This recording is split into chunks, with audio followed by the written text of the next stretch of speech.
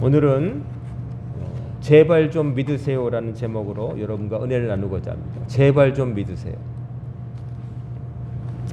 오늘 읽어드린 말씀은 출애굽기의 말씀인데 이 말씀이 그리고 있는 이 사건의 배경을 좀 말씀드리면 이와 같습니다. 이스라엘 백성이 라암셋 이집트를 떠나서 이제 한 달 넘어서 한 달 반쯤 됐을 때 일입니다. 한 달 보름쯤 됐을 때. 그래서 애굽을 탈출한 지 둘째 달 15일쯤에 본문이 기록하는 일이 생긴 건데 그때 상황은 이렇습니다. 거기 오기 전에 지금 이스라엘 백성은 한 달 보름 만에 신광야라는 곳에 도착했습니다. 그런데 신광야에 있기 전에 어디를 들렀냐면은 엘림이라고 하는 곳을 들렀습니다. 엘림은 샘이 있고 샘이 12곳이나 있고 종려나무가 70그루나 있는 그런 오아시스가 있는 곳이었어요. 그러니까 좀 괜찮은 곳이었죠.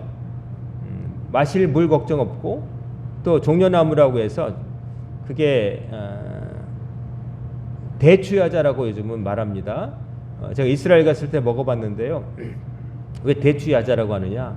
나무 자체는 야자나무 같은데 달리는 것은 대추 같은 게 열립니다. 아주 좀 뭐하지만 징그러울 정도로 많이 열려요. 그래가지고 저희가 이스라엘 땅에 가기 전에 두바이라는 곳을 잠깐 들려서 시간이 나서 잠깐 내려서 구경을 하고 이제 비행기를 타려고 나랬는데 거기서부터 이제 길바닥에 막 떨어져 있어요. 그 나무가 있는 곳에는 막 떨어져 있고 맛이 정말 달아도 그렇게 단 과일이 따로 없을 것 같습니다. 달기로 치면은 설탕 하나도 안 뿌려도 무척 답니다. 이스라엘 가보니까 그것을 재배하는데 자연적으로 난 것도 있어요. 근데 자연적으로 나지 않은 곳에도 인공적으로 물을 대가지고 재배를 해요. 보니까 이스라엘이 그 대추야자 열매, 그 종려나무 열매를 이제 나무를 줄을 지어서 이렇게 심으니까 하늘에서 내려다보면 바둑판처럼 막 사막 가운데 그 네모난 뭐가 있으면은 비행기에서 내려다보면 그게 두 가지 중에 하나더라고요. 하나는 종려나무 심어놓은 거, 다른 하나는 애플망고. 이스라엘이 그 애플망고를 수출하더라고요. 거기서 길러갖고요. 물을 대가지고. 그래서 자연적으로 난 게 아니기 때문에 군인들 사열하듯이 열과 오를 맞춰가지고 이제 해서 하늘에서 내려다보면 무슨 군 기지 같은데 그게 다 이제 대추야자 재배하는 거하고 또 이제 애플망고 재배하는 곳이었어요. 그 이스라엘에서 특허가 낸 게 있는데 장막처럼 생겼는데 그거를 재배하면서 이렇게 씌워놔요. 우리나라 비닐 하우스처럼. 근데 비닐과 달라서 햇빛은 적당히 들어가고 또 바람은 막아주고 그래서 그 재배하기에 딱 맞는데 그게 특허낸 거래요. 그런 게 있더라고요. 근데 이스라엘 백성이 이 신광야라고 하는 곳에 척박한 땅으로 오기 전에 엘립이라는 곳을 들렀어요. 물도 있고 대추야자 열매도 마음껏 따먹을 수 있고 물론 모든 것이 다 충족된 것은 아니지만 그러나 그 앞에 지나온 곳이나 혹은 지금 오게 된 신광야에 비하면 괜찮은 곳이었어요. 그러다가 이제 신광야로 오게 됐어요. 사람이 어려운 환경에서 좋은 환경으로 가면 별 탈이 좀 없는데 그 반대가 되면 불평이 생겨요. 어렵다가 좀 잘 살게 되면은 기뻐지고 사람이 기분이 유쾌해지죠. 그런데 좀 괜찮았던 환경에서 조금이라도 나빠지면 사람은 민감해져요. 예민해지고 신경질 내요. 작은 방에 살다가 작은 집에 살다가 조금 평수 높여가면은 좋잖아요. 근데 조금 넓은 데 살다가 상황이 악화되어서 작은 곳으로 살림을 줄여가게 되면 누구나 기뻐하지 않을 거예요. 아마 그런 기분이었던 것 같아요. 그래서 이스라엘 백성이 이 신광야에 오자마자 이제 입이 이만큼 나오고 불평이 쏟아집니다. 뭐라고 말하냐면은 그 이스라엘 백성을 괜히 모세가 아론이 괜히 광야로 데리고 나와서 줄여 죽게 만든다 그러면서 불평을 해요. 애굽에서는 고기 가마 곁에 앉아 있었고 떡을 배불리 먹었었다. 그러면서 차라리 거기서 살다 죽는 게 나았을 텐데 이런 망발을 일삼아요. 이스라엘 백성이 그럼 이집트에 있을 때 정말 잘 살았느냐? 아니었죠. 노예 생활했었죠. 맨날 잠자고 눈 뜨면은 진흙 이겨서 벽돌 구워가지고 그거 맨날 벽돌 반죽하고 구워서 벽돌 생산하는 일. 나중에는 모세가 가서 하나님께서 우리 내 백성을 해방시켜라 그 말 전했더니 이것들이 여유가 있어서 그런다 그러면서 뭐라고 했냐면은 그 벽돌을 반죽할 때 넣었던 지푸라기 그런 거를 넣어야 우리 초가집 지을 때도 지푸라기 섞어서 이렇게 흙 바르잖아요. 이게 뭉그러지지 않도록. 이제 그 지푸라기는 우리가 대줬는데 그것도 너희들이 직접 만들어서 동일한 양의 벽돌을 생산하라 이렇게 노동을 더 가중시켰거든요. 그러면서 탄식이 저절로 나오고 못 살겠다 그러던 차에 하나님께서 모세를 보내셨는데 지금 광야에 나왔는데 뭐라고 그러냐면은 애굽의 고기 가마 곁에 앉아 있었을 때 떡을 배불리 먹었을 때라고 하면서 애굽이 더 이집트가 좋았던 것처럼 얘기해요. 물론 거기서 노예로 살면은 이집트 사람들이 주는 음식을 얻어 먹고 살았겠죠. 하지만 자유도 없고 눈 뜨면 일하고 잠깐 잠들었다가 눈 뜨면 또 일하고 쉼 없이 안식 없이 그렇게 사는 삶을 살았던 거예요. 근데 지금 광야로 오니까 그들이 자기를 노예로 부렸던 사람들이 일정하게 공급해 주었던 음식이 없다고 지금 불평하는 거예요. 그러면서 고기 맛이 그립다, 떡을 배부리 먹고 싶다, 막 이런 얘기를 하는 거죠. 그럴 때 하나님께서 모세에게 너희를 위하여 하늘에서 양식을 비같이 내리니 백성이 나가서 일용할 것을 날마다 거둘 것이라. 그리고 또 하나님께서 그들이 이제 고기 얘기했잖아요. 고기도 이제 먹게 해주겠다고 하셨어요.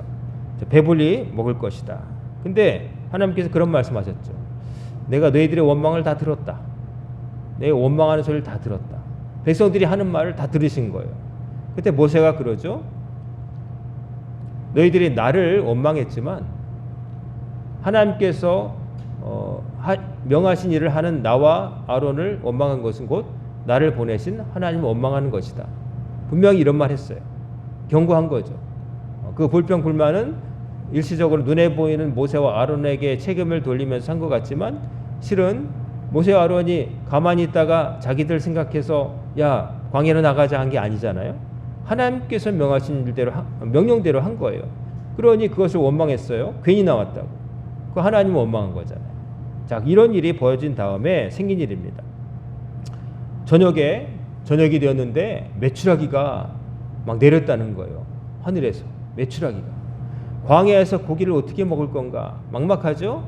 그 많은 사람들이 장정만 60만 명 되고 아녀자와 노약자와 아이들까지 치면은 200만 정도까지 추산되는 그 많은 인구가 먹을 고기를 어떻게 마련하겠나?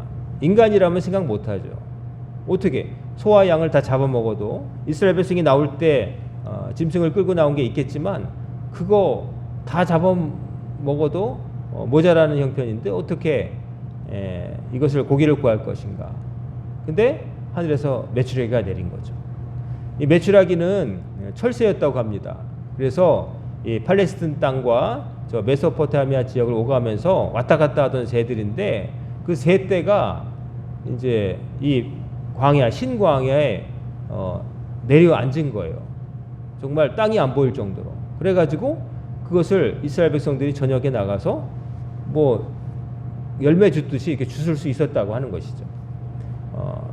어떻게 해서 이런 일이 가능했을까? 이제 우리가 상상해 볼 수 있는데 이런 얘기를 하는 사람도 있습니다. 그 하나님이 강한 바람으로 메추라기 떼를 이제 쓰러뜨려서 못 나가게 하시고 앉게 하셨다. 지치게 만드셔서 앉아 있는 것을 백성들이 주었다 하는 얘기도 있고 또 저녁에 땅에 내렸는데 힘들어서 내렸는데 저녁에 내린 습기 때문에 날개가 젖어서 못 나갔다, 못 나르게 되었다 이런 얘기도 하고 뭐 사람들이 그때 그 자세한 그 원인은 밝혀져 있지 않으니까 하나님께서 하신 것만 알고 구체적으로 어떤 일 때문에 그랬는가는 모르니까 상상을 하는데 어찌됐건 메추라기가 내려가지고 그 고기 먹고 싶다고 하는 사람들의 그 고기에 대한 욕구를 채워주는 거죠.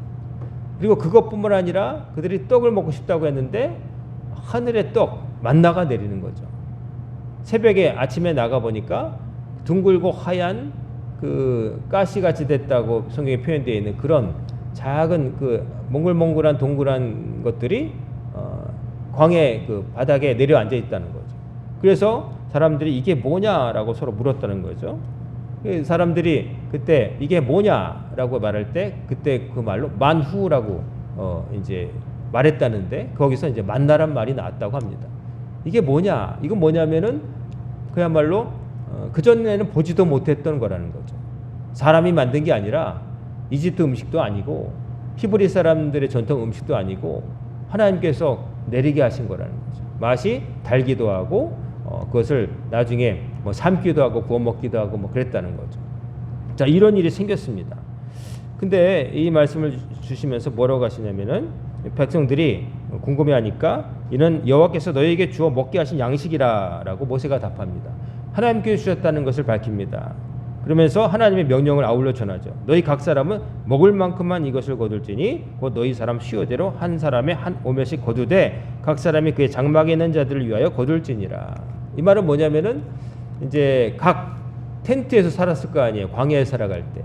그때 집안에 대표되는 사람이 나와서 그 만나를 이제 채취하는 거죠. 채취하는데 한 사람당 한 오멜씩 양을 그렇게 생각해서 한 사람이 자기 것만 먹는 게 아니라 자기 식구 것까지 해가지고 그 정도 거두어라라고 한 거죠. 한 오멜은 한 2리터 정도 된다고 합니다. 2리터. 그래서 이제 거두는데 집안에 다 그 정확한 돛박이 있어서 거둔 게 아니라 대충 아마 그 집안에 아들이라든지 아버지가 나가서 거뒀겠죠. 거뒀는데 그냥 눈대중으로 우리 식구 몇 명이니까 하고 거뒀을 거예요. 그런데 나중에 보니까 많이 거둔 것 같아도 남음이 없었고 적게 거둔 것 같아도 모자림이 없었다. 이 말은 뭐냐면은 눈대중으로 대충 거뒀는데도 집에 가보니까 모자라지도 남지도 않게 딱 그만큼이었더라. 하나님께서 명하신 대로 백성들이 따랐더니 모자라지도 남지도 않게 딱 먹을 만큼 식구수대로 됐다는 거죠. 그래서 이것도 사실은 일종의 작은 기적인데 사람이 정확하게 안 해도 하나님께서 그 가정에 맞게 딱 돌아가게 하셨다는 거죠. 그래서 다 거두었어요. 그리고 한 가지 더 말씀을 하나님 하셨는데 모세를 통해서 아무든지 아침까지 그것을 남겨주지 말라 했어요. 아침까지 남겨주지. 그 말은 뭐냐면 그날 거둔 거는 그날 다 먹고 다음 날로 이제 남겨두지 말라는 거죠. 근데 어떤 일이 생기냐면은 20절에 보면 그들이 모세에게 순종하지 아니하고 더러는 아침까지 두었더니 벌레가 생기고 냄새가 난지라. 모세가 그들에게 노했다는 거죠. 자, 순종하지 않았다. 아침까지 남겨두지 말라고 그랬는데도 아침까지 남겨둔 사람이 있었다는 거예요. 그러면 왜 남겨뒀을까? 배가 불러서? 배가 충분히 먹어서? 물려서? 아니죠. 첫날인데 무슨 그랬겠어요. 양이 아까 넘치지도 모자라지도 않았다고 그랬는데 왜 남겨뒀을까? 여러분 같으면 왜 남겨뒀을 것 같아요? 내일 안 내릴 이 만나가 안 내릴지도 몰라. 오늘은 지금 이렇게 먹게 됐는데 내일은 알 수가 없어. 그러니까 불안하니까 내일은 못 거둔다는 생각을 가지고 혹시나 하는 마음으로 야 이게 다 먹으면 안 돼. 야 좀 덜 먹어. 남겨둬. 내일 굶으면 어떡할 거야? 그래가지고 못 먹게 했겠죠. 그래서 남은 거예요. 하나님의 말씀대로 안 한 거죠. 그래서 남겨뒀더니 아끼다 뭐 된다고 아껴뒀는데 다음날 보니까 썩고 냄새가 나고 벌레가 디글디글하고 결국 못 먹게 됐다는 거죠. 사람의 생각으로 그렇게 했던 거예요. 하나님의 말씀대로 거두는 것까지 했는데 그날 거둔 것은 그날 다 먹으라. 넘치지도 모자라지 않게 딱 먹고 남겨두지 말라 했는데 남겨뒀다가 이게 벌레가 이제 생기고 냄새가 나서 못 먹게 됐어요. 이게 첫 번째 불순종이에요. 처음에 나가서 식구수대로 적당히 너무 욕심내지도 말고 이렇게 해서 거둬라 했을 때 그냥 그렇게 따랐는데 하나님이 각 가정에 적당하게 고르게 분배대로 하셨어요. 근데 집에 갖고 가서 생각이 바뀌는 거예요. 이거 내일 먹을 게 없으면 어떻게? 내일 어떻게? 이 걱정. 내일은 안 내릴지도 몰라라고 하는 이 사람의 이 걱정, 불안이 결국 하나님의 말씀대로 못하게 만들었죠. 내일 안 내릴지도 몰라. 근데 하나님께서 아침마다 내려주신다고 했는데 그 말씀을 못 믿은 거예요. 불신, 즉 하나님의 말씀을 못 믿은 것에서 불순종이 나왔고, 불순종 때문에 결과는 하나님의 진노였어요. 하나님을 못 믿는 데서 불순종이 나오고, 불순종을 통해서 하나님의 진노가 오고, 진노를 통해서 심판이 오는 거예요. 성경의 모든 안 좋은 일들은 다 이런 과정에서 와요. 결국 뭐냐면은 불순종이고 뭐 기타 여러 가지 죄가 어디서부터 비롯되냐면, 첫 번째 가장 기본적인 것은 하나님을 못 믿는 거예요. 하나님의 말씀을 철석같이 못 믿는 거예요. 안 그러시면 어떡하지? 하나님이 아침마다 거두게 하신다고 했는데 못 믿는 거예요. 제가 오늘 설교 제목 뭐라고 했죠? 제발 좀 믿으세요. 사람들이 하나님의 말씀을 잘 못 믿어요. 너에게 필요한 것을 주리라 하신 말씀을 못 믿어서 내일을 걱정하고, 내일 모레를 걱정하고, 1년을 걱정하고, 그러면서 불안한 가운데 하나님께서 명하신 바를 안 해요. 이거 없으면 어떡하지? 이게 날 지켜주는데 하나님이 날 지켜준다는 생각 안 하고 내 손에 쥐인 것, 이게 날 지켜준다고 생각하는 거예요. 만나를 주신 분이 하나님이신데 만나를 주신 하나님 말씀 안 듣고 이 만나가 있어야 돼, 이걸 먹어야지, 이거 당장 배고프다고 다 먹어버리면 내일 어떡해, 이런 생각하는 거죠. 우리 한국 사람들은 가난과 기근에 특화되어 있다는 말을 해요. 하도 못 산 시절이 많아가지고 불안한 거죠. 엘리베이터를 타도 빨리 타려고 그러고, 내릴 때도 빨리 타려고 그러고, 천천히 뭐 다 준다고 얘기를 해도 막 새치기 하고, 왜냐하면 불안하거든요. 내 순서가 안 들어올 수 있다고 생각하거든요. 항상 제가 생각할 때 피난민 근성이 있어요. 항상 어디 도망가고 내 생존, 이게 다 어그러질 수 있다는 생각을 늘 하는 거예요. 위기에 강하죠.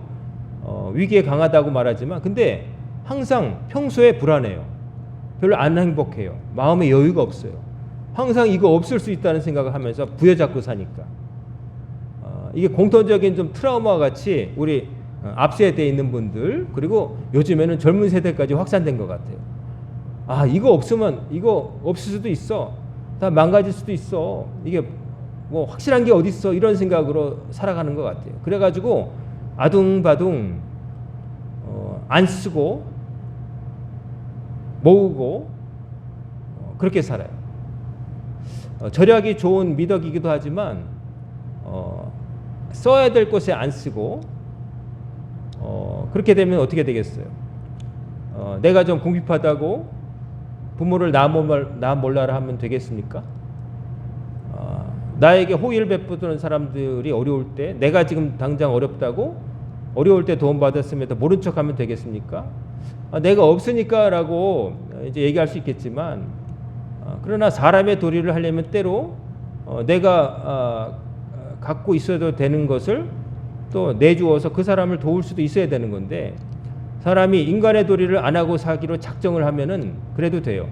그냥 모른 척하고 내가 내 코가 석잔데 하면서 이거 없으면 나 죽어, 이런 생각으로 살 수 있는데, 그렇게 오래 살다 보면 어떤 결과가 있냐? 곁에 사람이 남지를 않습니다. 아무도 나에게 연락하지 않습니다. 내가 어려울 때 나를 돌아보지 않게 됩니다.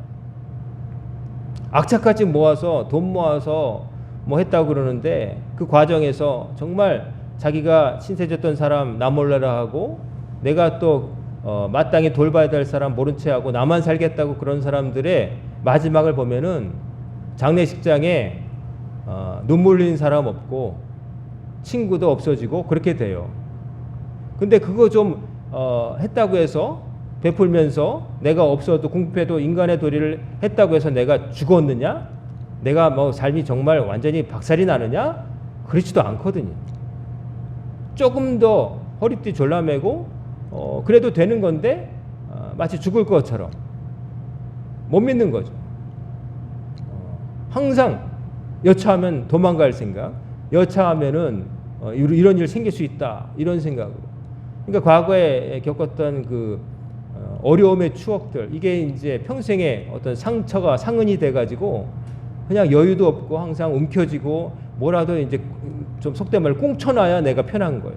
벽장 안에다가 아무도 모르게 뭐 있어야 내가 그런 것처럼 사는 거죠. 하나님께서 만나 그날 다 먹고 다음날 내려줄까 걱정하지 말고 다 먹어라 그랬는데 남겨뒀다가 결국 쓰지도 못했어요. 다 벌레 나고 냄새 났어요. 자, 첫 번째 불순종이었어요. 하나님 못 믿어서 그래요. 두 번째 22절에 보면 여섯째 날은 각 사람이 갑절의 식물 곧 하나에 두 오멜씩 거둔지라 회중의 모든 지도자가 와서 모세에게 알림해. 자, 이렇게 해서 이제 만나가 다음 날 내리네. 그래가지고 모아뒀던 사람들 그거 소용없는 짓이라는 거 알게 됐어요. 근데 그러면서 며칠이 지났는데 여섯째 되는 날 그때는 이제 거둬왔는데 많이 내려가지고 평소보다 2배나 거둘 수가 있게 됐어요. 이게 무슨 일이지? 그래서 백성들이 모세에게 물어봤더니 하나님께서 너희들 안식일을 지켜야 되기 때문에 7일째에는 나가서 아무것도 안 해야 되니까 여섯째에는 7일째 먹을 것까지 2배로 여섯째 날에는 거두게 해주는 거야 라고 얘기해 줬다는 거죠. 하나님께서 만나 얘기만 한 게 아니라 그들의 삶의 사이클, 루틴을 정해 주셨어요. 엿새까지는 부지런히 일하고 1회째는 안식하라. 하나님께서 천지를 여섯 동안 창조하시고 7일째 안식하신 것을 너희들도 따라서 너희들도 하나님이 창조해 주심을 기억하고 그 안식일 날에는 너와 내 남종과 여종과 짐승까지도 다 안식하라. 아무 일 하지 말아라. 휴식, 쉼과 동시에 하나님을 생각하라고 주신 날이거든요.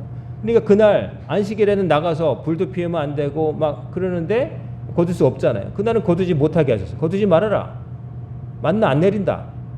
그러면 어떡합니까? 7일째는 굶습니까? 손가락 빱니까? 여섯째 날 2배 거두게 해주겠다. 그 약속하셨거든요.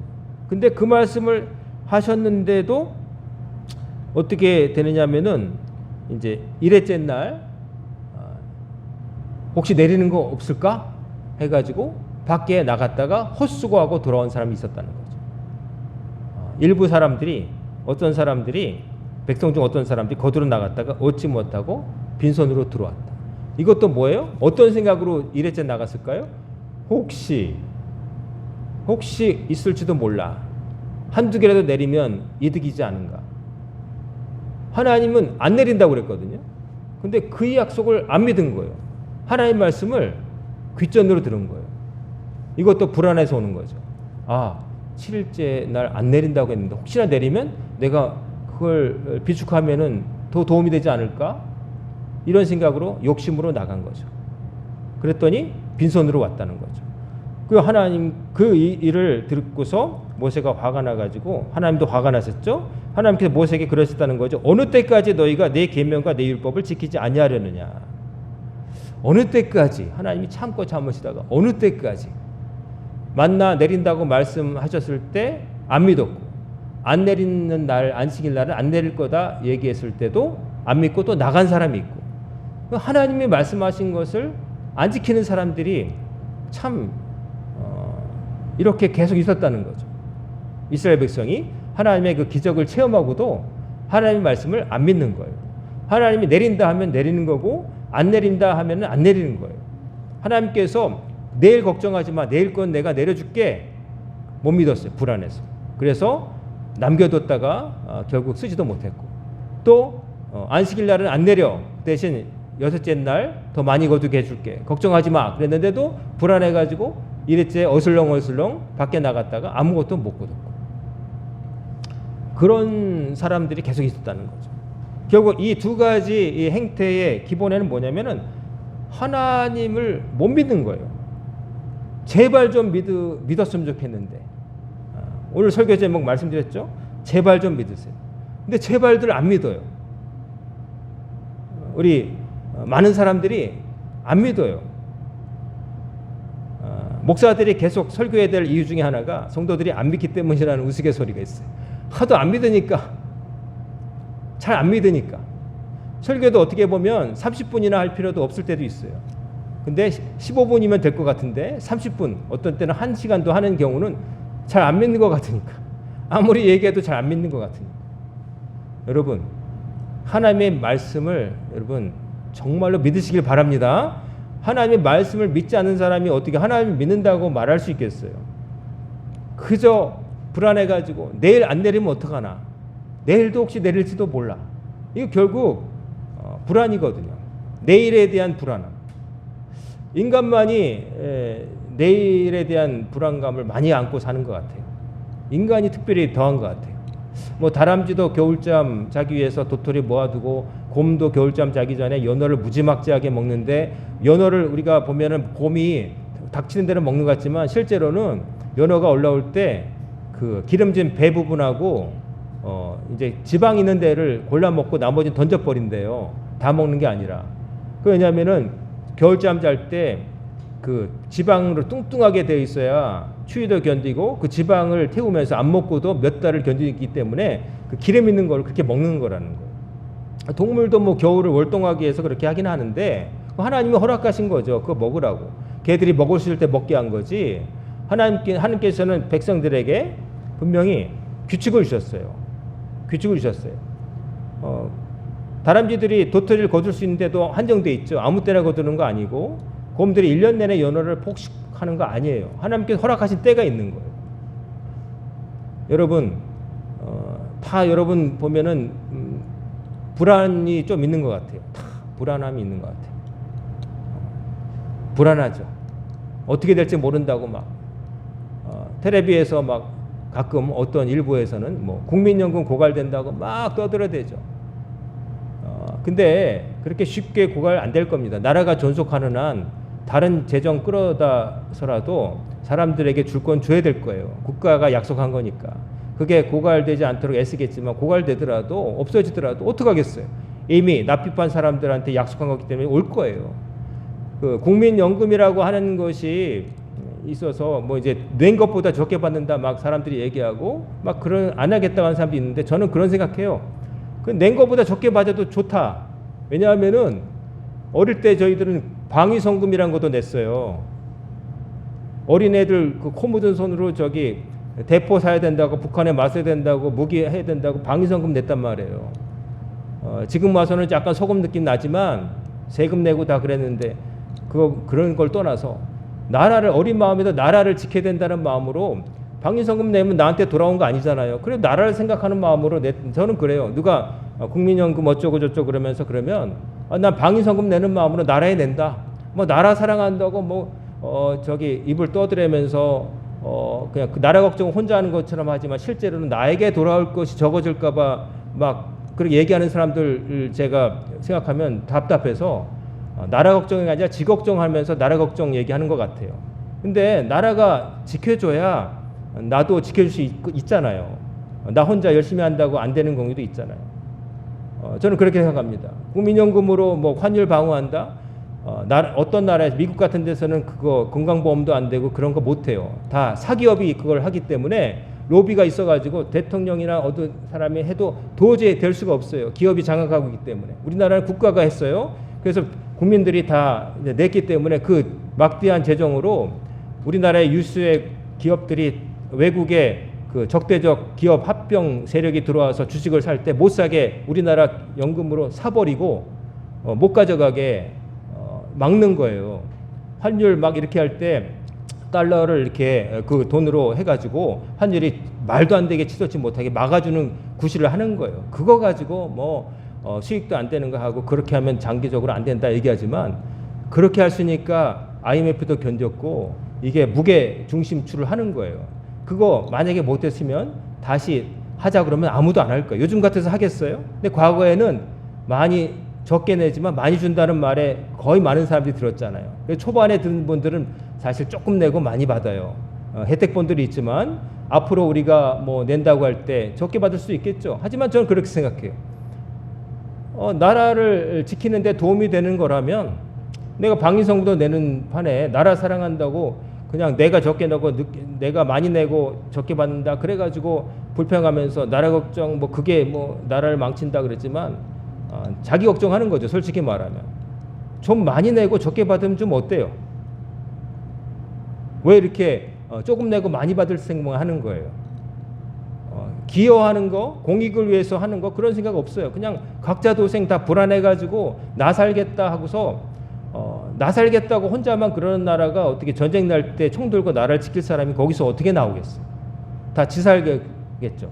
어떻게 모은 금 가지고 배 사 가지고 다른 나라로 일본으로 뭐 중국으로 칠 생각하겠죠. 불안해서. 우리 다 불안해요. 근데 우리 나라가 그렇게 호락호락하게 막 넘어가는 나라 수준을 지났어요. 어느 순간인가 우리 생각한 것보다 우리 나라가 하나님의 정말 은혜라 생각하는데 우리가 생각하는 것만큼 허약하지 않아요. 그래서 만만하게 볼 나라가 아니에요. 가지고 있는 것들이 있어요.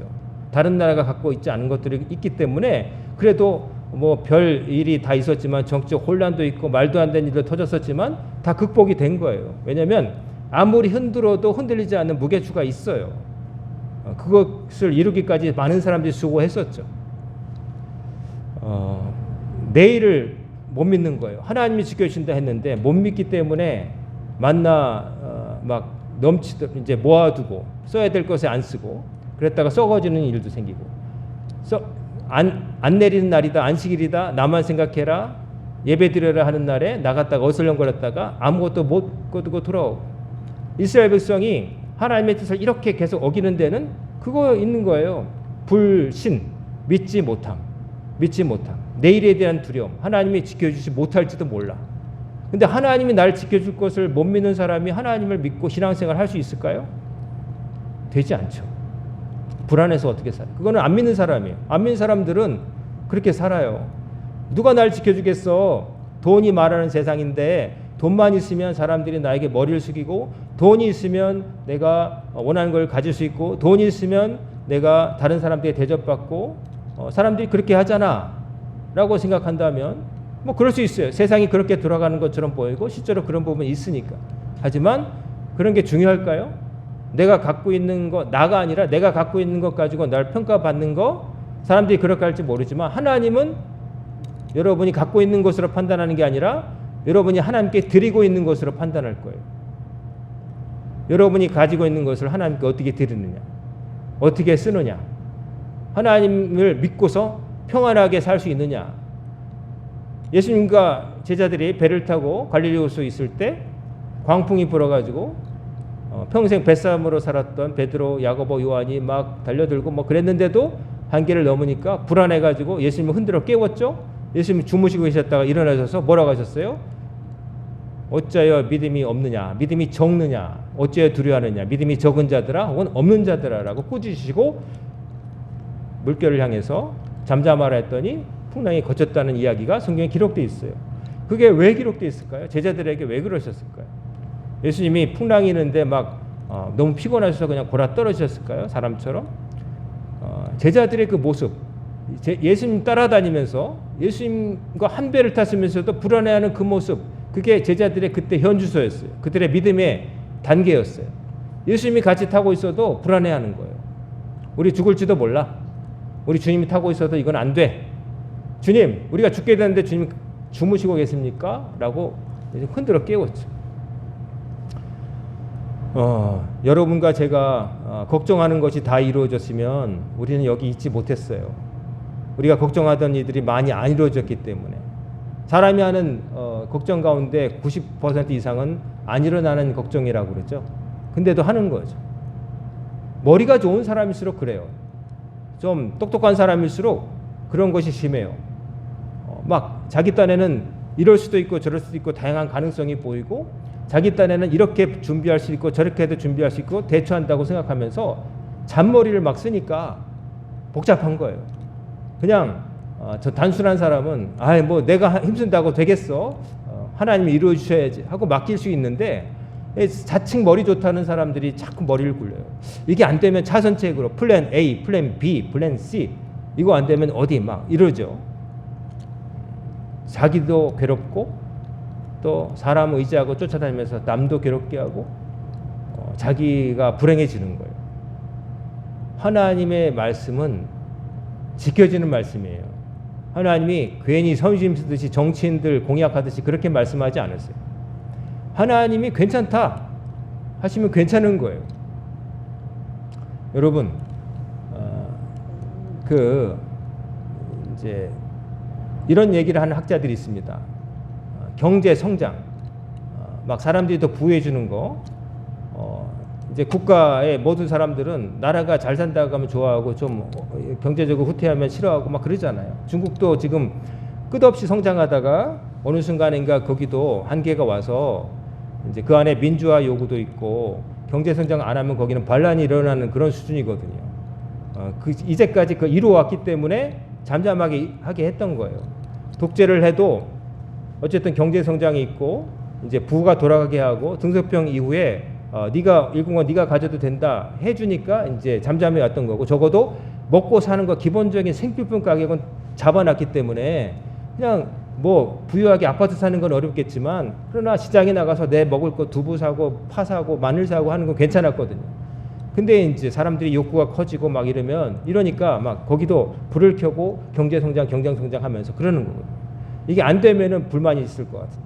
근데 경제가 그렇게 무한 성장할 수가 없어요. 우리가 옛날에 그 중국처럼 성장하던 때가 있지만 그러다 어느 순간인가 좀 둔화되잖아요. 막 치고 올라갈 때가 있는데 너무 절대적 빈곤에서부터 이제 치고 올라가는 구간이 있는데 어느 수준이 되면 이제 고원처럼 이렇게 더 올라가지 못하고 좀 이럴 때도 있고 다운되는 때도 있는 거예요. 여러분 유럽을 보세요. 유럽이 옛날에 얼마나 잘 살았어요. 식민지들을 건설하고 거기서 수탈한 걸 가지고 자기들을 부를 삼아가지고 얼마나 선점을 해서 모든 것이 앞서가다가 지금 텔레비 보면 프랑스, 영국, 뭐 여러분 우리 옛날에 잘 살았다고 하는 나라들 지금 맨날 막 데모하고 화염병 던지고 막 뭐 여러 나라들에서 화려했던 나라들이 지금 막 몸살을 앓고 있어요. 암세포도 아니고 이게 경제가 맨날 무한 성장할 수 있는 것도 아니에요. 그리고 또 지금 살고 있던 것보다 조금 못 살아도 우리가 죽는 것도 아니에요. 우리는 항상 더 지금보다 더 많이 가져야 된다고 생각해요. 근데 그렇게 안 될 수도 있어요. 조금 월급이 줄어들 수 있고 좀 여유가 덜 할 수도 있어요. 1,000원 한 장이 1달러보다 더 값어치가 나가서 해외여행하기 좋을 때가 있었죠. 90년대 IMF 터지기 직전에 중국 여행 가서 1,000원짜리를 침대맡에 놓고 오면은 중국 사람들이 좋아했어요. 지금은 그랬다가는 욕 바가지를 먹겠죠. 달러 놓지 않으면. 그런 때도 있었지만 이런 때도 있는 거예요. 무조건 더 많이 갖는 것이 행복이고 그렇지 않아요. 어려울 때도 있는 거예요. 엘림 같은 곳을 지날 때도 있지만 신광야 같은 곳을 갈 때도 있는 거예요. 그것을 가지고 내가 복을 받았다, 더 행복하게 됐다 그렇게 판단하지 마시라는 거예요. 설령 조금 어려워질 수도 있어요.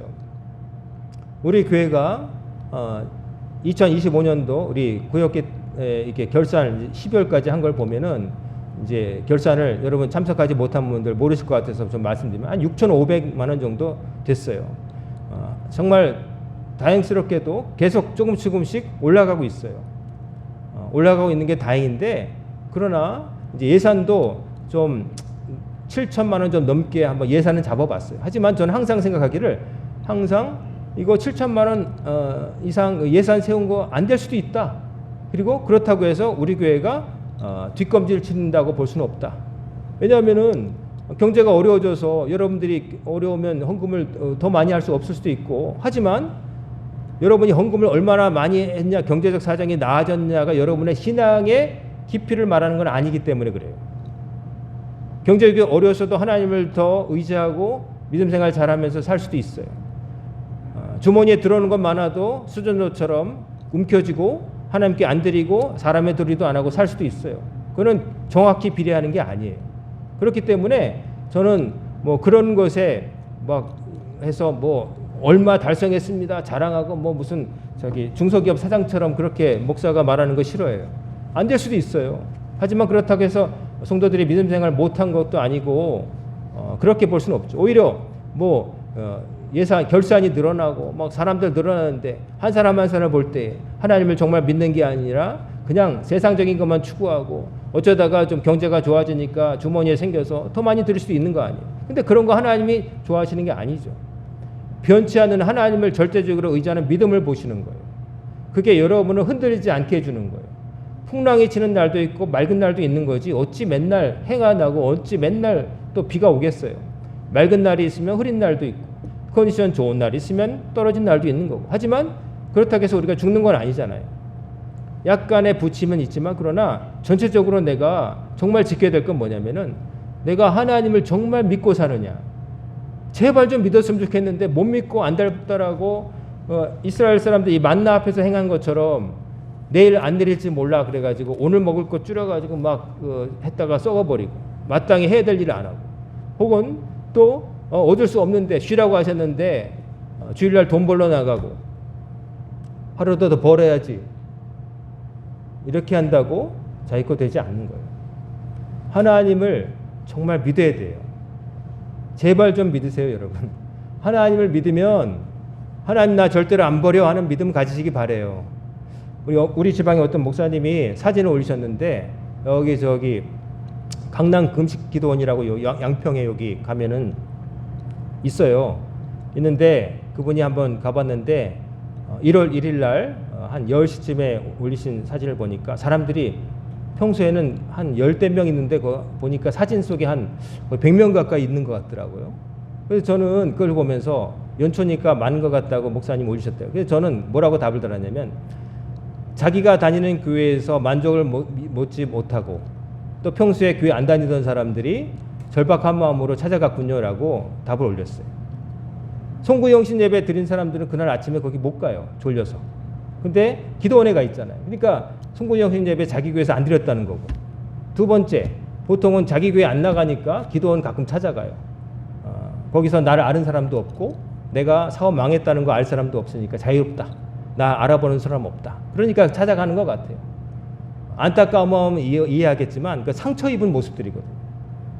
하나님께 매달린 마음으로 나간 건데 정말로 하나님을 믿는다면 특정한 장소에 가서 그렇게 그럴 때에만 그런 게 아니라 흥할 때나 어려울 때나 변함없이 자기를 지키면서 흔들리지 않고 사는 것이 진짜 믿음이에요.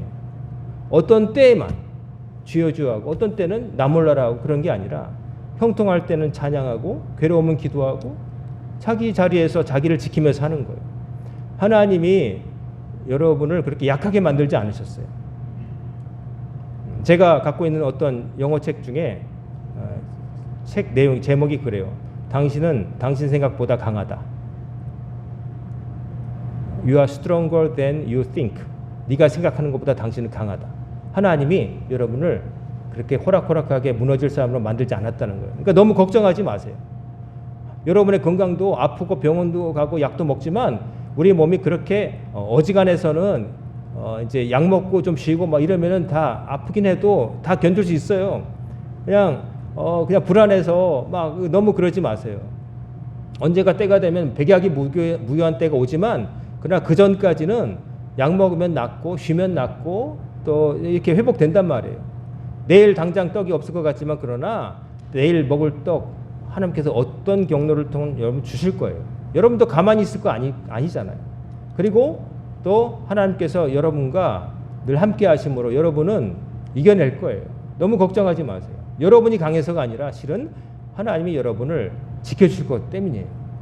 그러니까 여러분 제발 좀 하나님을 정말 믿으시고 좀 안심하며 사시기를 주의 이름으로 축원합니다. 하나님이 여러분의 잠자는 데도 지키시고 걸어갈 때도 지키시고 어려울 때도 지키실 거예요.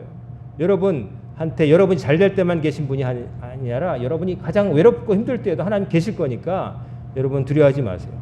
결국 하나님밖에 없어요. 누구도 내 곁에 넘어오지 않는 순간이 오더라도 하나님이 여러분 지키실 거예요. 그러니까 너무 두려워하지 말고 제발 좀 하나님 믿으시고 편안히 주무시고 편안히 잡수시고 편안히 교회 나오시고 여러분의 자리를 잘 지키시는 2026년 여러분의 평생이 되기를 주의 이름으로 축원합니다. 아멘. 기도하겠습니다. 사랑과 은혜가 충만하신 아버지 하나님, 2025년도 다사다난했던 그 해를 잘 지내게 하시고 병원년 2026년 새 아침을 맞이하게 하심을 감사드립니다. 저희들이 하나님께서 저희들을 지켜주신다는 그 약속을 마음에 새기고 두려워하지 않고 언제나 흔들림 없이 주님을 섬기며 주를 잘 섬기고 사람들을 대하며 2026년도를 잘 살아갈 수 있도록 하나님께서 붙잡아 주옵소서. 우리 성도들의 영육간의 강건함을 주시고 손으로 행하는 일에 열매가 크게 하시며 또 어려울 때에도 구걸하지 않고 더욱더 하나님께 기도함으로 하나님께서 주시는 복을 다 받아 누리는 2026년 되게 하여 주옵소서. 예수님의 이름으로 간절히 기도드리옵나이다. 아멘.